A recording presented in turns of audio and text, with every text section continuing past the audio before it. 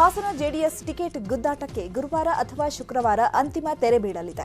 ಈ ಬಗ್ಗೆ ಮಾಹಿತಿ ನೀಡಿದ ಎಚ್.ಡಿ. ಕುಮಾರಸ್ವಾಮಿ, ದೇವೇಗೌಡರು ದೆಹಲಿಯಿಂದ ಬಂದ ಬಳಿಕ ಹಲವು ಪ್ರಮುಖರ ಜೊತೆ ಸಭೆ ನಡೆಸಲಿದ್ದಾರೆ.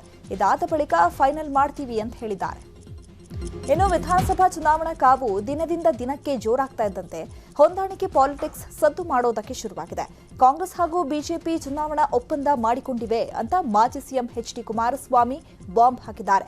ಕಳೆದ ಲೋಕಸಭಾ ಚುನಾವಣೆಯಲ್ಲಿ ಒಳ ಒಪ್ಪಂದ ಮಾಡಿಕೊಂಡು ನಮ್ಮನ್ನ ಸೋಲಿಸಿದ್ರು. ಈಗಲೂ ಮಂಡ್ಯ ಜಿಲ್ಲೆಯಲ್ಲಿ ಜೆಡಿಎಸ್ ವಿರುದ್ಧ ಕುತಂತ್ರ ರಾಜಕಾರಣಕ್ಕೆ ಮುಂದಾಗಿದ್ದಾರೆ. ಕಾಂಗ್ರೆಸ್, ಬಿಜೆಪಿ, ರೈತ ಸಂಘ ಒಟ್ಟಾಗಿ ಜಿಲ್ಲೆಯ ಜನತೆಗೆ ದ್ರೋಹ ಮಾಡುವ ಕೆಲಸಕ್ಕೆ ಮುಂದಾಗಿದ್ದಾರೆ ಅಂತ ಮಂಡ್ಯದಲ್ಲಿ ಕುಮಾರಸ್ವಾಮಿ ಕಿಡಿಕಾರಿದ್ದಾರೆ. ಸನ್ಮಾನ್ಯ ದೇವೇಗೌಡರು ಕೆಲವು ಮಾರ್ಗದರ್ಶನ ನೀಡಿದ್ದಾರೆ. ಅವರು ಗುರುವಾರದ ದಿನ ದೆಹಲಿಗೆ ಹೋಗಿದ್ದಾರೆ. ಗುರುವಾರ ದೆಹಲಿಯಿಂದ ಬಂದ ನಂತರ ಕೆಲವು ಪ್ರಮುಖರನ್ನ ಕರೀಲಿಕ್ಕೆ ಹೇಳಿದ್ದೆ. ನಾನೇ ಕೆಲವು ಪ್ರಮುಖರನ್ನ ಕರೆದು ಎಲ್ಲರ ಅಭಿಪ್ರಾಯವನ್ನು ಪಡೆದು ಅಂತಿಮವಾಗಿ ಈ ಬಾರಿ ಅಧಿಕಾರದ ಗದ್ದುಗೆ ಏರಲೇಬೇಕು ಅಂತ ಪಣ ತೊಟ್ಟಿರುವ ದಳಪತಿಗಳು ಅಳೆದು ತೂಗಿ ಎರಡನೇ ಪಟ್ಟಿ ರೆಡಿ ಮಾಡಿದ್ದಾರೆ. ಜೆಡಿಎಸ್ನ ಎರಡನೇ ಪಟ್ಟಿ ಹಿಂದೆ ಬಿಡುಗಡೆಯಾಗುತ್ತೆ ಅಂತ ಹೇಳಲಾಗ್ತಿದ್ದು, ಆದ್ರೀಗ ನಾಡಿದ್ದು ಪಟ್ಟಿ ಬಿಡುಗಡೆ ಮಾಡೋದಕ್ಕೆ ಜೆಡಿಎಸ್ ನಾಯಕರು ಮುಂದಾಗಿದ್ದಾರಂತೆ. ಕ್ಯಾರ್ಪೇಟೆಯಲ್ಲಿರುವಂತಹ ಕುಮಾರಸ್ವಾಮಿ ಬೆಂಗಳೂರಿನಲ್ಲಿ ಬರೋದು ಲೇಟ್ ಆಗೋ ಸಾಧ್ಯತೆ ಇದೆ. ಜೊತೆಗೆ ಹಾಸನ ಟಿಕೆಟ್ ಜಟಾಪಟಿ ಸಹ ಮುಂದುವರಿದಿದೆ. ಹೀಗಾಗಿ ಬಹುತೇಕ ಬುಧವಾರ ಪಟ್ಟಿ ಬಿಡುಗಡೆ ಆಗುವಂತಹ ಸಾಧ್ಯತೆ ಇದೆ. ಬಿಜೆಪಿಯ ಬೆಳಗಾವಿ ರಾಜಕಾರಣ ಹುಬ್ಬಳ್ಳಿಗೆ ಶಿಫ್ಟ್ ಆಗಿದೆ. ಬಿಜೆಪಿಯ ಅತೃಪ್ತ ನಾಯಕರೆಲ್ಲ ಒಂದು ಕಡೆ ಸೇರಿದ್ದಾರೆ. ಹುಬ್ಬಳ್ಳಿಯ ಕ್ಯೂಬಿಕ್ಸ್ ಹೋಟೆಲ್ನಲ್ಲಿ ಬಿಜೆಪಿ ನಾಯಕರು ಸೀಕ್ರೆಟ್ ಮೀಟಿಂಗ್ ಅನ್ನ ನಡೆಸಿದ್ದು ತೀವ್ರ ಕುತೂಹಲ ಮೂಡಿಸಿದೆ. ಕೇಂದ್ರ ಸಚಿವ ನಾರಾಯಣಸ್ವಾಮಿ ಹಾಗೂ ಸಚಿವ ಗೋವಿಂದ ಕಾರಜೋಳ ನೇತೃತ್ವದಲ್ಲಿ ಸಭೆ ನಡೀತಾ ಇದೆ. ರಮೇಶ್ ಜಾರಕಿಹೊಳಿ ಹಾಗೂ ಲಕ್ಷ್ಮಣ ಸವದಿ ಸಹ ಭಾಗಿಯಾಗಿದ್ದಾರೆ. ಮಹೇಶ್ ಕುಮಟಳ್ಳಿಗೆ ಟಿಕೆಟ್ ನೀಡುವಂತೆ ಜಾರಕಿಹೊಳಿ ಪಟ್ಟು ಹಿಡಿದಿದ್ದಾರೆ. ಒಂದು ವೇಳೆ ಕುಮಟಳ್ಳಿಗೆ ಟಿಕೆಟ್ ನೀಡದಿದ್ರೆ ತಾನು ಚುನಾವಣೆಗೆ ಸ್ಪರ್ಧಿಸಲ್ಲ ಅಂತ ಎಚ್ಚರಿಕೆ ನೀಡುತ್ತಿದ್ದಾರೆ. ಹೀಗಾಗಿ ಕಾಮನ ಮುಖಂಡರ ಮುನಿಸಿಗೆ ಮದ್ದು ಹಾಕೋ ಕೆಲಸ ಮಾಡಲಾಗ್ತಾ ಇದೆ. ಬೆಂಗಳೂರಿನಲ್ಲಿರುವಂತಹ ಕಾಂಗ್ರೆಸ್ ಕಚೇರಿ ಮುಂದೆ ಭಾರಿ ಹೈಡ್ರಾಮಾ ನಡೆದಿದೆ. ಗೋಪಿಕೃಷ್ಣಗೆ ತರೀಕೆರೆ ಟಿಕೆಟ್ ಕೊಡುವಂತೆ ಆಗ್ರಹಿಸಿ ಬೆಂಬಲಿಗರು ವಿಷದ ಬಾಟಲ್ ಹಿಡಿದು ಹೈಡ್ರಾಮಾ ಮಾಡಿದ್ರು. ಕೆಪಿಸಿಸಿ ಕಚೇರಿ ಮುಂದೆಯೇ ವಿಷ ಸೇವಿಸಲು ಯತ್ನಿಸಿದ್ರು. ನೂರಾರು ಬೆಂಬಲಿಗರ ಜೊತೆ ಆಗಮಿಸಿದ ಗೋಪಿಕೃಷ್ಣ ಕೂಡ ಸ್ಥಳದಲ್ಲಿದ್ರು. ಪೊಲೀಸರು ವಿಷದ ಬಾಟ್ಲಿಯನ್ನ ವಶಕ್ಕೆ ಪಡೆದ್ರು. ಇಷ್ಟಕ್ಕೆ ಸುಮ್ಮನಾಗದ ಕಾಂಗ್ರೆಸ್ ಕಾರ್ಯಕರ್ತರು ಡಿಕೆ ಶಿವಕುಮಾರ್ಗೂ ಕೂಡ ಮುತ್ತಿಗೆ ಹಾಕಿದ್ರು. ಸಿದ್ದರಾಮಯ್ಯನವರಿಗೂ ಕೂಡ ಘೇರಾವ್ ಹಾಕಲು ಮುಂದಾದ್ರು. ಕೆಪಿಸಿಸಿ ಕಚೇರಿ ಮುಂದೆ ಜೋರಾದ ಗಲಾಟೆ ರಂಪಾಟ ನಡೆಯಿತು. ಶ್ರೀನಿವಾಸ್ಗೆ ತರೀಕೆರೆ ಟಿಕೆಟ್ ನೀಡಬಾರದು ಅಂತ ಆಗ್ರಹಿಸಿದ್ರು. ಎನ್ವೈ ಗೋಪಾಲಕೃಷ್ಣ ಕಾಂಗ್ರೆಸ್ ಸೇರಿದ್ದಾರೆ. ಮೊಳಕಾಲ್ಮೂರು ಟಿಕೆಟ್ ಗೋಪಾಲಕೃಷ್ಣಗೆ ಬಹುತೇಕ ಫಿಕ್ಸ್ ಆಗಿದೆ. ಆದ್ದರಿಂದ ಕಾಂಗ್ರೆಸ್ ಟಿಕೆಟ್ ಆಕಾಂಕ್ಷಿಯಾಗಿದ್ದ ಯೋಗೇಶ್ ಬಾಬು ಬೆಂಬಲಿಗರು ಕೂಡ ಪ್ರತಿಭಟನೆ ಮಾಡಿದ್ರು. ಕೆಪಿಸಿಸಿ ಕಚೇರಿ ಮುಂದೆ ಟಿಕೆಟ್ಗೆ ಒತ್ತಾಯಿಸಿ ನೂರಾರು ಬೆಂಬಲಿಗರು ಪ್ರತಿಭಟನೆ ಮಾಡಿದ್ರು.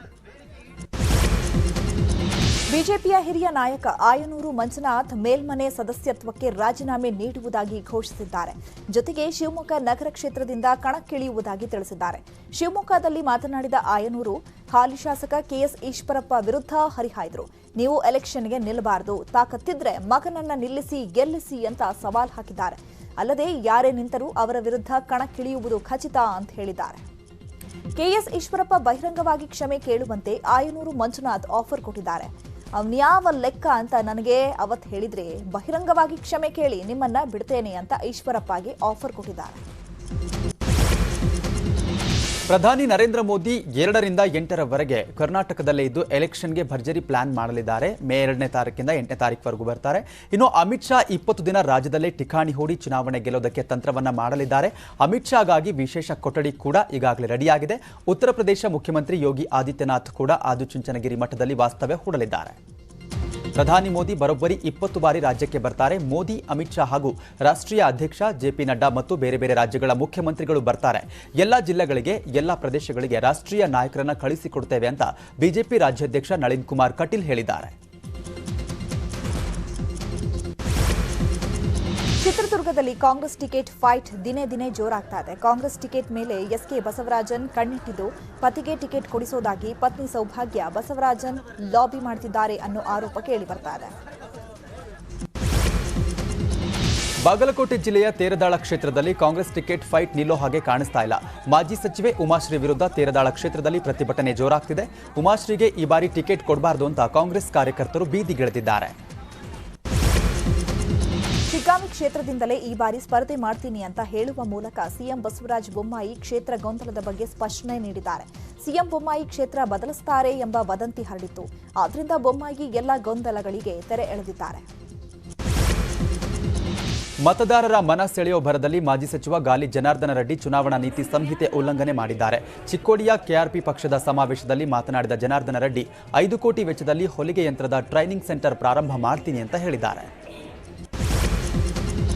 ಮಂಡ್ಯದ ನಾಗಮಂಗಲ ಬಿಜೆಪಿ ಟಿಕೆಟ್ ಫೈಟರ್ ರವಿಗೆ ಸಿಗುವುದು ಬಹುತೇಕ ಫಿಕ್ಸ್ ಆಗಿದೆ. ಆದ್ರಿಂದ ಬಿಜೆಪಿ ಸೇರಲು ಮುಂದಾಗಿದ್ದ ಎಲ್ಆರ್ ಶಿವರಾಮೇಗೌಡ ಯೂ ಟರ್ನ್ ಹೊಡೆದಿದ್ದಾರೆ. ನಿನ್ನೆ ಸಿಎಂ ಸಮ್ಮುಖದಲ್ಲೇ ಬಿಜೆಪಿ ಸೇರುವುದಾಗಿ ಹೇಳಿದ್ದ ಎಲ್ಆರ್ ಶಿವರಾಮೇಗೌಡ ಟಿಕೆಟ್ ಸಿಗಲ್ಲವೆಂದು ಯೂ ಟರ್ನ್ ಹೊಡೆದಿದ್ದಾರೆ.